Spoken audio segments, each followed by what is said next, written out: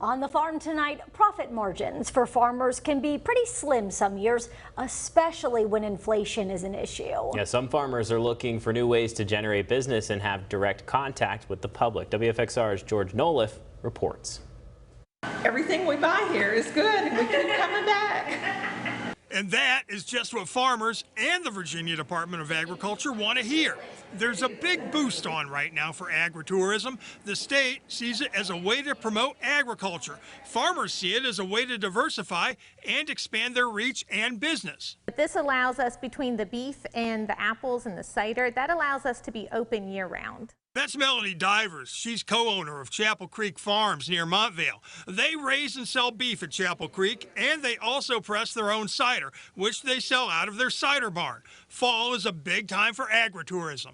So the great part about being in Virginia in the fall is the wonderful agritourism opportunities that we have, visiting local farms for pumpkin patches, corn mazes, but also enjoying Virginia apples. So go to the orchard, try the cider. When we make our cider, we press it here at the cider barn and we use Bedford County apples. Agritourism also allows folks to actually meet the people who produce their food, and it keeps your dollars local. And you're promoting the local economy, you're connecting with your local farmer. It started off that people that knew us for our apples and our cider then became our beef customers, and now this year we've seen that a lot of people that were solely just our beef customers are now coming in to enjoy apples and cider. So it works really well, and it is a way for us to keep the community coming directly to our farm to buy right from their farmer. It's not just cider. Add wineries to the agritourism list. And of course, there are corn mazes and pumpkin patches. And some places like Smoking Chimneys, which we've talked about out in Craig County, or the folks over at Chapel Creek, they hold special dinners. I mean, these are elaborate.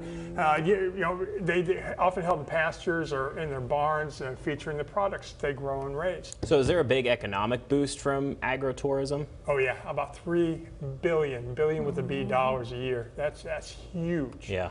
And speaking of huge, you know how I am about, I like to bring back stuff. Well, ooh. What you got? I got some Chapel Creek. All right. Apple cider, Chapel Creek Farms apple cider. Okay. I've had this stuff. It's killer. That's why you don't have a glass? Exactly. Or a cup? 'Cause I have already had it. We're going to pour a little out here. Is there alcohol in this? We could use a little right now. We could. All right, guys, here you go. Give that a shot.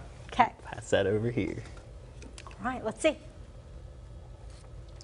Yeah, that is pretty good. Oh, it is really nice. It's like apples in a glass. Yeah, not too awesome. sweet, just perfect. Thank you for that, George. John, we'll get you some. Well, I appreciate that, Kathleen. I'll be right over the desk to get some of that.